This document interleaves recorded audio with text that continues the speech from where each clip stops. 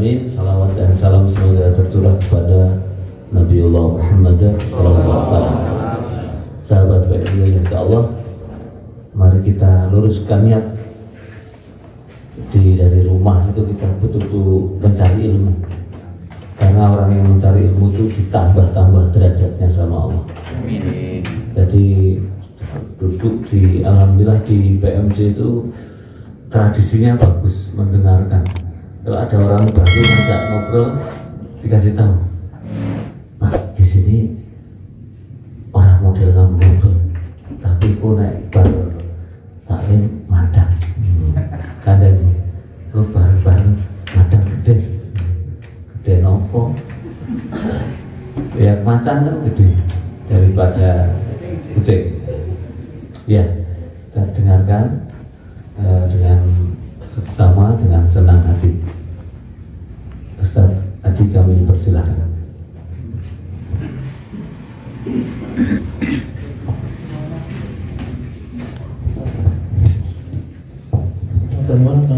Bismillahirrahmanirrahim. Assalamualaikum warahmatullahi wabarakatuh. Waalaikumsalam warahmatullahi wabarakatuh. Alhamdulillahirabbil alamin. Allahumma shalli wa sallim wa barik ala nabiyyina Muhammad wa ala alihi wa ashabihi ajmain, amma ba'du. Sehat semua? Alhamdulillah. Hari ini kita akan melanjutkan pembahasan bab tentang adab. Berhubung seperti ini, kayaknya sahabat PMJ ini banyak yang pedagang, maka ini saya sampaikan bab tentang adab berdagang. Penting loh ini, karena dagang itu bukan persoalan untung rugi, tapi persoalannya surga neraka. Nah itu penting, karena itulah bab ini harus disampaikan. Hadirin para sahabat semua yang dicintai Allah, pertama, adab dalam berdagang jual beli. Pertama, yaitu pedagang itu wajib berkata jujur, tidak boleh bohong. Contoh, jenengan jualan di swalayan, harga 99.999. Pernah lihat kayak gitu loh? 99.999. Dan bulatnya berapa? 100.000. Namanya konsumen beli pasti pakai uang 100.000. Sijinya dikembalikan enggak? Enggak.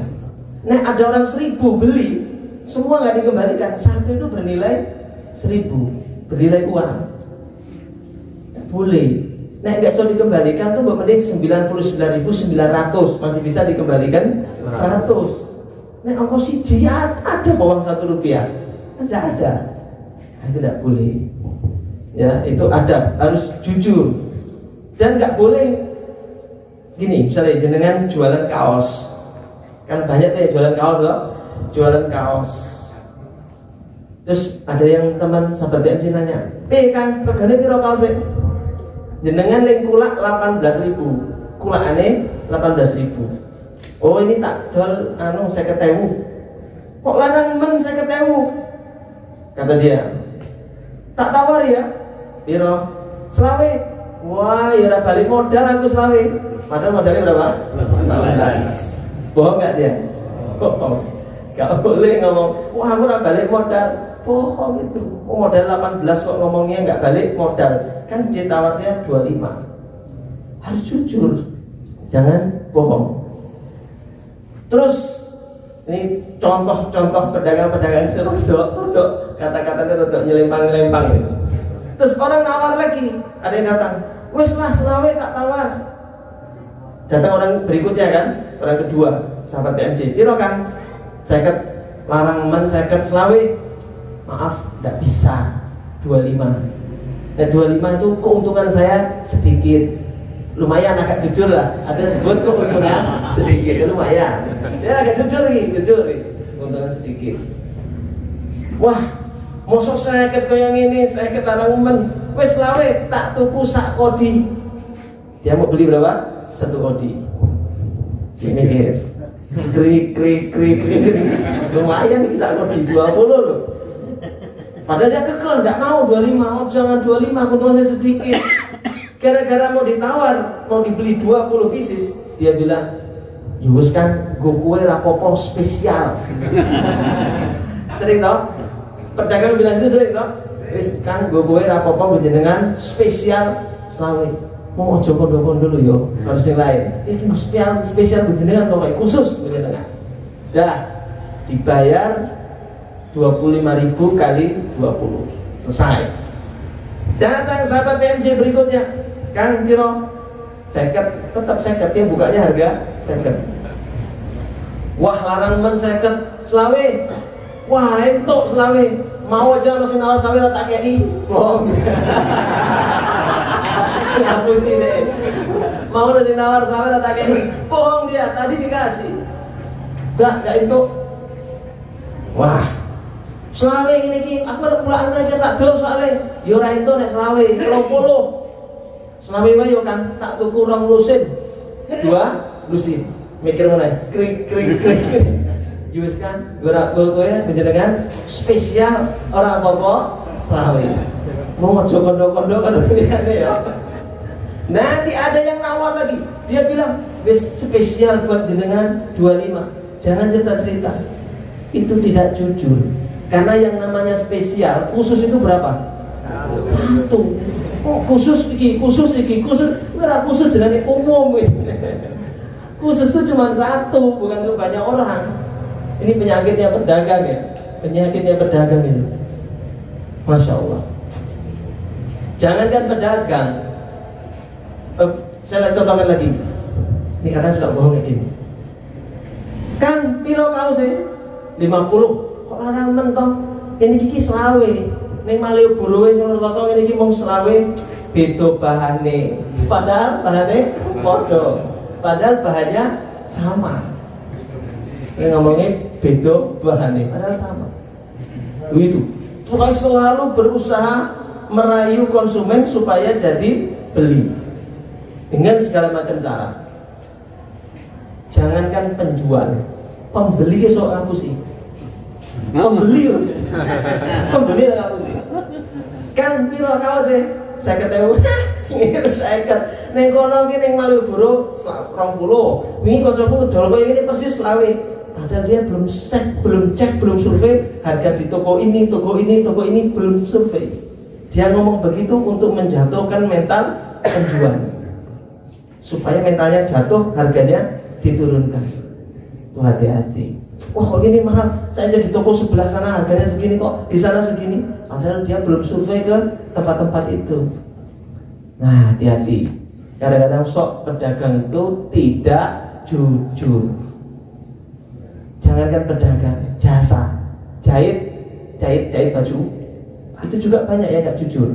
Contoh, ada penjahit tidak sini? Tidak jahit, tidak apa-apa. Yang penting jangan penjahat. Penjahit aja.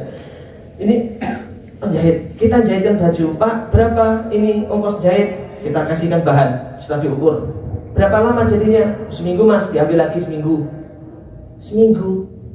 Pak gimana sudah jadi? Aduh maaf, ini lagi banyak orderan, insya Allah 3 hari lagi selesai. Bohong gak dia tadi? Bohong, janjinya berapa? Seminggu, itu udah janji loh, janjinya seminggu. Ternyata setelah kita telepon katanya belum jadi. Oh Pak, maaf 3 hari lagi ya. Setelah 3 hari kita telepon lagi. Pak, gimana baju saya sudah jadi belum? Sudah selesai. Mau kancingnya aja tinggal masang. Kancingnya belum dipasang. Tinggal kancingnya ya paling besok atau lusa. Hari besok lusa baru jadi. Yang janjinya misalnya seminggu malah molor jadi 2 minggu. Itu penjahit loh. Penyakit penjahit itu mudah sekali mengubah janji, tapi tidak menepati janjinya. Terus kita datang, Pak, sudah jadi baju saya. Oh sudah mas, kita ambil bajunya. Berapa? 75.000 ongkosnya. Nah, kita bayar 75, bajunya yang kita bawa. Selesai belum urusan? Sudah selesai belum urusan? Belum. Apa yang belum selesai? Sisa bahan. Bahan itu punya saya, punya pemesan, konsumen atau punya penjahit? punya pemesan, bukan punya penjahit. Betapa banyak penjahit tidak mengembalikan sisa bahan, disimpan, dibuat sarung bantal, sarung guling, sapu tangan, macam-macam, didol. Itu duit dari situ, dapat uang dia dari situ. Kecuali kalau dia mau jujur, Mas, ini sisa bahan mau dibawa pulang atau ditinggal. Buat jenengan aja Pak, buat apa sisa bahan segitu? Matur nuwun ya, sampai dia diambil, udah ikhlas. Ya sudah, dia mau jual lagi, dibikin sarung bantal, sarung guling, silakan, sudah ikhlas. Tapi jangan sampai sisa bahan itu disembunyikan, tidak dikembalikan. Harus ngomong, Pak ini sisa bahan, ada sisa, itu harus disampaikan. Orang tuh tega berbuat tidak jujur demi beberapa rupiah. Durian, bakul durian, jangan durian dulu, beras.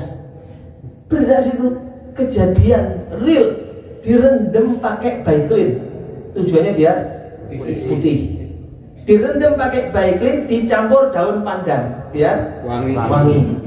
Wis rampung berapa waktu, diangkat, wis putih, wangi, masukkan karung, dicap, dikasih nama beras pandan wangi. Aslinya bukan beras pandan wangi, tapi beras wangi pandan deh. Bukan beras pandan wangi. Bukan beras. Bakul durian, saya pernah ketipu bakul durian di depan kantor imigrasi Jalan Rusito. Dulu di MPR itu suka banyak penjual durian. Mampir saya, hentikan kendaraan. Oh soalnya durian kuning-kuning kabeh Pak. Durian itu kuning-kuning, montok-montok kuning-kuning. Saya tanya, Mas, matang-matang kabeh kuning-kuning. Berapa duriannya? 50.000 Pak. Boleh nyicip nggak? Kan biasanya ditusuk pakai pisau, gitu. Kita cicip manis atau tidak, gitu kan? Oh nggak boleh dicicip. Nah, terus gimana kita tahu manis apa enggak? Jamin Pak. Pokoknya dimakan di rumah, kalau enggak manis bawa lagi ke sini. Ya udah tak bayar, mereka tak bawa pulang. Sampai rumah durian tak belah, tak makan, sepok. Ono rasanya belas. Tapi mau ngembalikan kan males loh.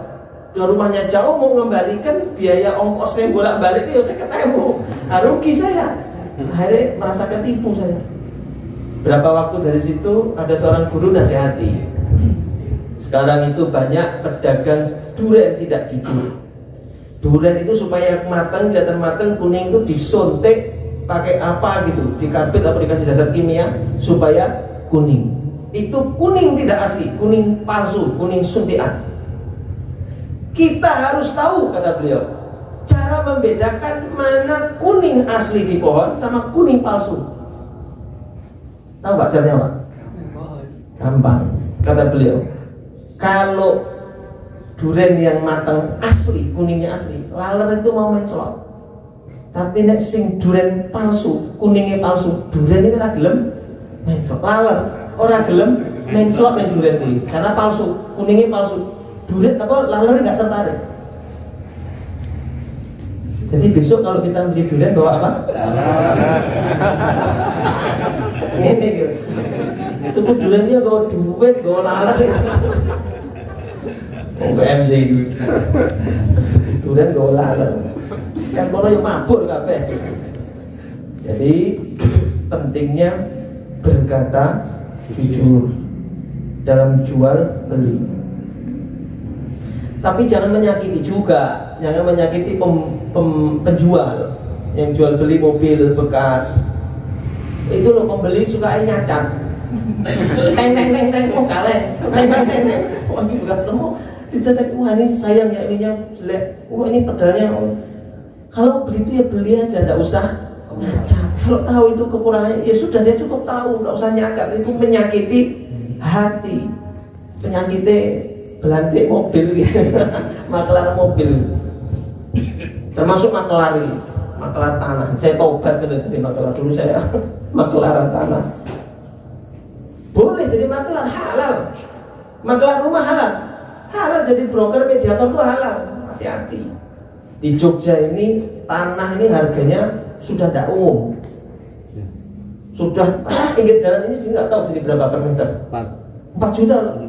4 juta per meter. Harganya tidak logis di Jogja ini. Kenapa?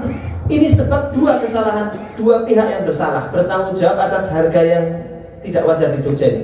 Dua pihak yang bertanggung jawab. Pertama, maklar. Kedua, pemilik properti itu sendiri. Kok bisa?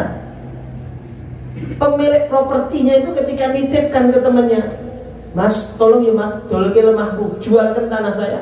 Kondisi siapa? Berapa luasnya? 1000 meter. Jenengan sadhe pinten? Pokoknya saya net bersih 1 juta. Jenengan monggo ngundake piro. Tuh kesalahan pertama. Maklar ini cerdas, Dor.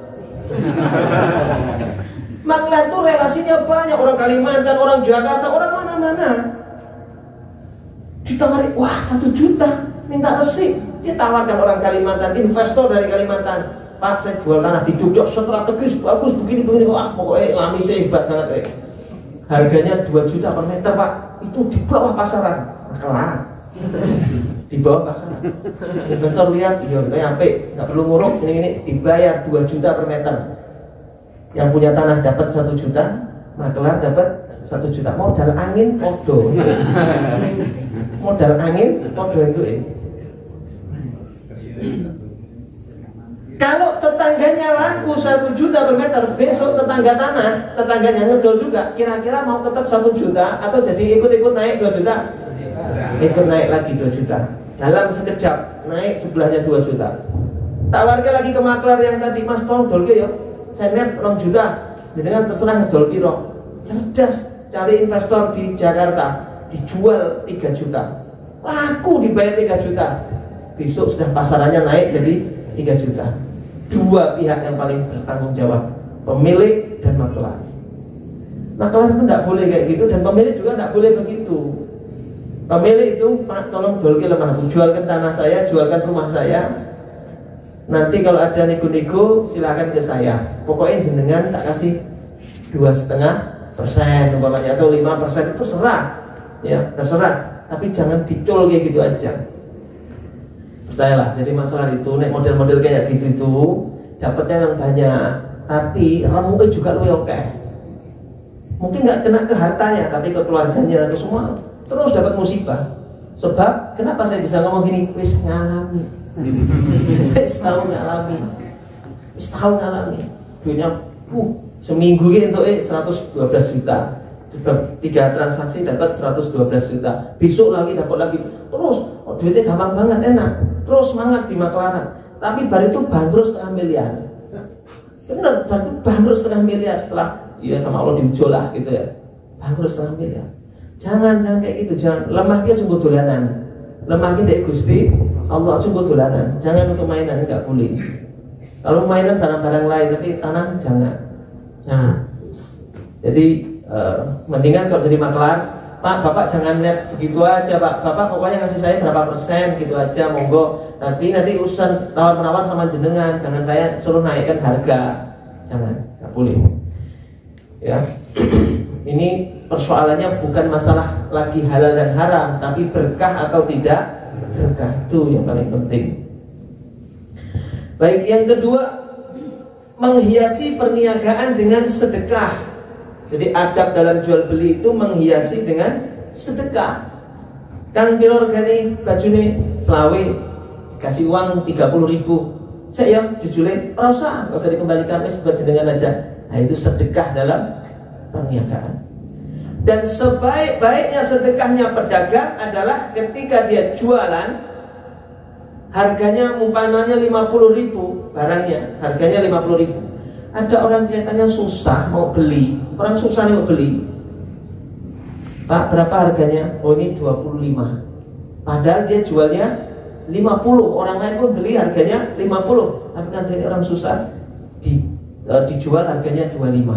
Dan dia nggak ngomong, Pak, sakjane iki 50, mung delok jenengan kok mesake men. Kita dol selawe wae. Nah, enggak usah ngomong gitu, enggak usah.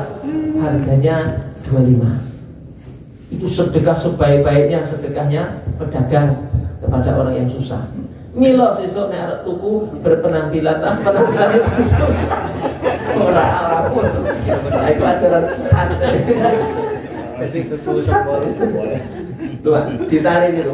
Dia mau ditarik Yaman. Satu ada komplek pertokoan, komplek toko-toko itu. Kalau jualannya sama, komplek. Nah, kalau kunci sampai sini tuh kan. Jualan knalpot semua knalpot. Jualan handphone semuanya handphone semua. Nah, di Tarim itu satu toko komplek pertokoan jualannya sama semua. Ketika tempatnya, jadi di sana itu luar biasa di Tarim itu. Mereka itu kalau nunggu pembeli, mereka baca Quran. Orang buka-buka Instagram, YouTube, murah. Dan oleh Allah itu dijaga ya. Tarim itu satu daerah yang sinyalnya paling buruk di dunia. Buruk. Jadi kalau kesana itu sinyal itu susahnya bukan main. Memang dijaga oleh Allah sehingga supaya waktunya itu manfaat terus itu, nggak terlena dengan medsos itu. Nah, di sana itu pedagang itu ngisi waktu dengan baca Quran, nunggu pembeli. Kalau pembeli datang, mereka layani. Tutup Qurannya, mereka layani. Jadi waktu menjelang azan, mereka tutup, mereka berangkat ke masjid, ditinggal tokonya. Di Jeddah juga, di Mekah juga begitu ya. Kalau jenengan pernah ke Mekah, dulu saya pernah tahun 2011 di Jeddah, diantar sama Bu Haji Umi. Ustaz, yuk belanja, ya, monggo Bu. Temani, masuk ke pertokoan, jelas itu menjelang waktu zuhur. Allahu Akbar, Bu, azan Bu, sebentar.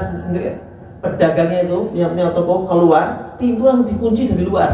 Jadi kami itu di dalam tidak bisa keluar. Waduh Bu, dari sholat ke piye malah dikunci. Kita bilang dari tadi aja kita keluar, jadi kan malah mama, biasa kan mama. Bentar, bocor apa ini? Kasih sholat turun berjamaah. Nah, di Tarim itu uniknya lagi, kalau tokonya laris, sebelahnya itu mau ngelangut, nggak laku gitu, belum laku. Nanti dia akan bilang, udah lewat zuhur itu, masih temannya masih tetangganya masih sepi. Ada pembeli datang, Pak, belinya ke sebelah saja, barangnya sama, harganya sama, cuma kami sudah cukup. Tadi sebelah itu belum laku dari tadi, gitu. Subhanallah, di sana itu perdagangan itu. Jadi sesama pedagang itu penuh cinta, bukan malah mudah-mudahan laku kabeh ini laku gini kabeh. Kalau bisa semua orang beli tempat kita, jangan beli tempat orang lain. Karena enggak. Malu kalau dia laris, tetangganya tidak laris, itu malu. Ditarik ya, di Badrul Maut.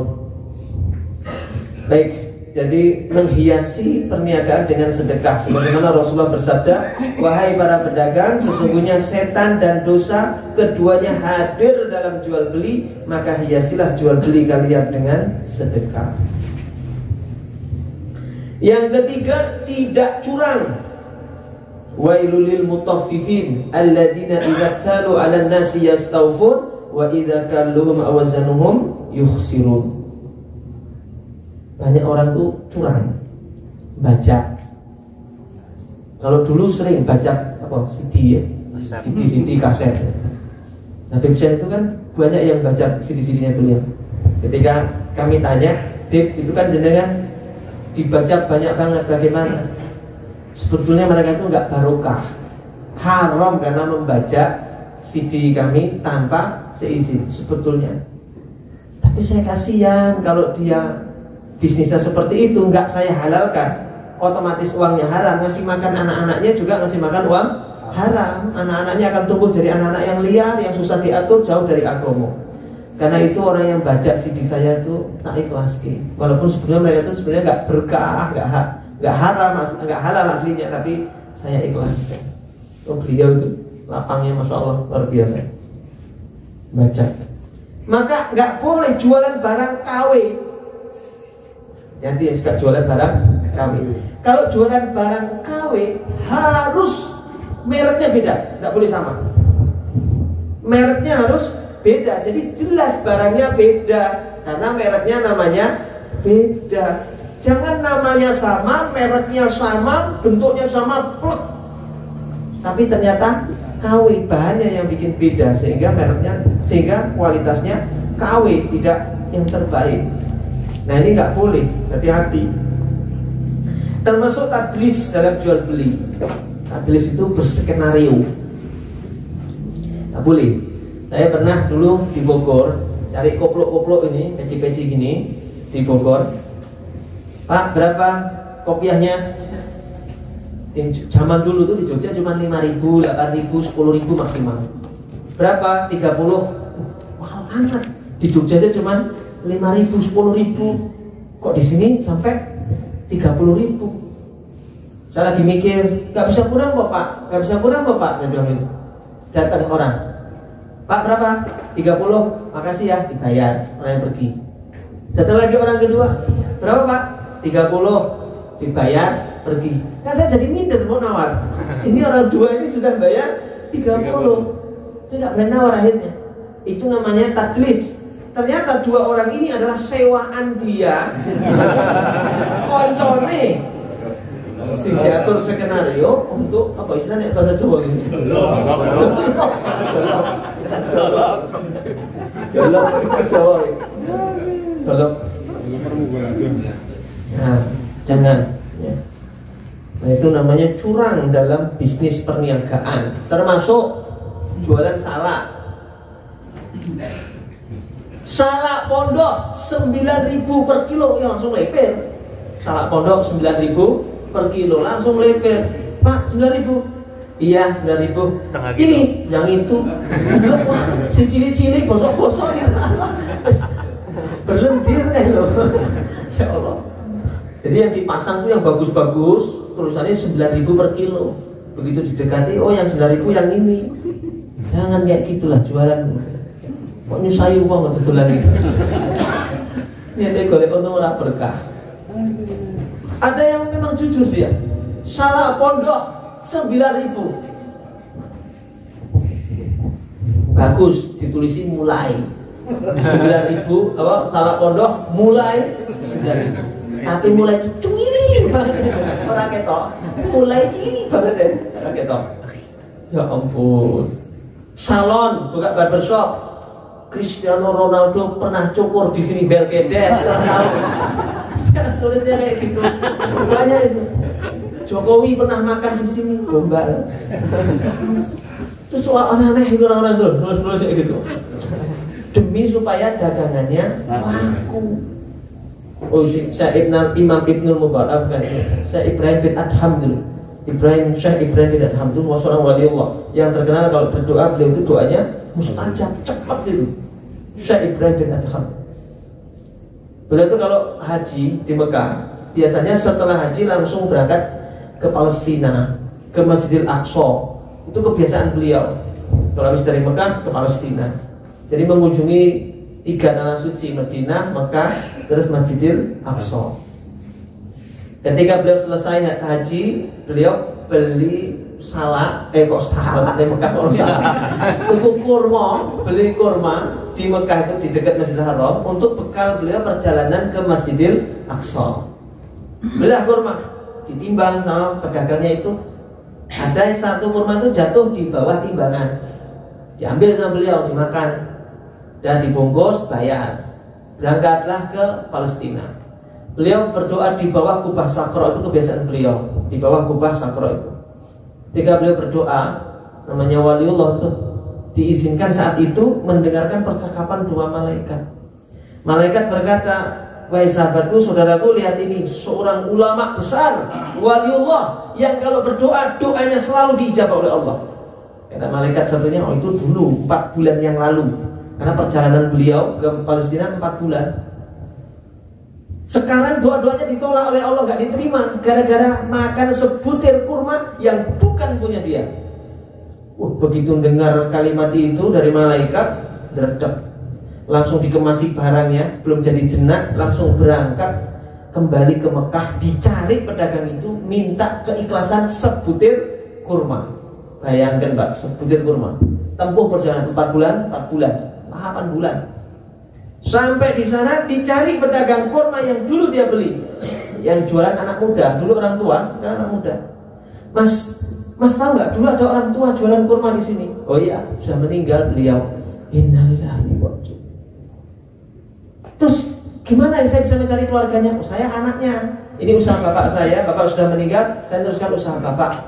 Wah, alhamdulillah, mas kan anaknya, ahli warisnya. Saya minta keikhlasannya. Dulu saya pernah makan sebutir kurma, saya kira itu punya saya. Jatuh dari timbangan itu saya kira punya saya. Ternyata nggak masuk dalam timbangan. Saya minta keikhlasan sebutir kurma. Siapa? Kalau itu mas saya ikhlaskan, nggak ada masalah. Persoalannya anak bapak itu ada 9. Dan saya minta ikhlas nggak apa-apa, yang 8 itu loh saya nggak tahu. Mang jenengan golek sing 8, dikasih alamatnya, namanya, dicari sama Syekh Ibrahim Adham. Satu persatu cari alamatnya, dapat minta ikhlas, sebutir kurma loh. Sudah selesai dapat ikhlas semuanya, berangkat lagi ke Palestina, berdoa lagi, bersimpuh, bertobat di bawah kubah Sakra.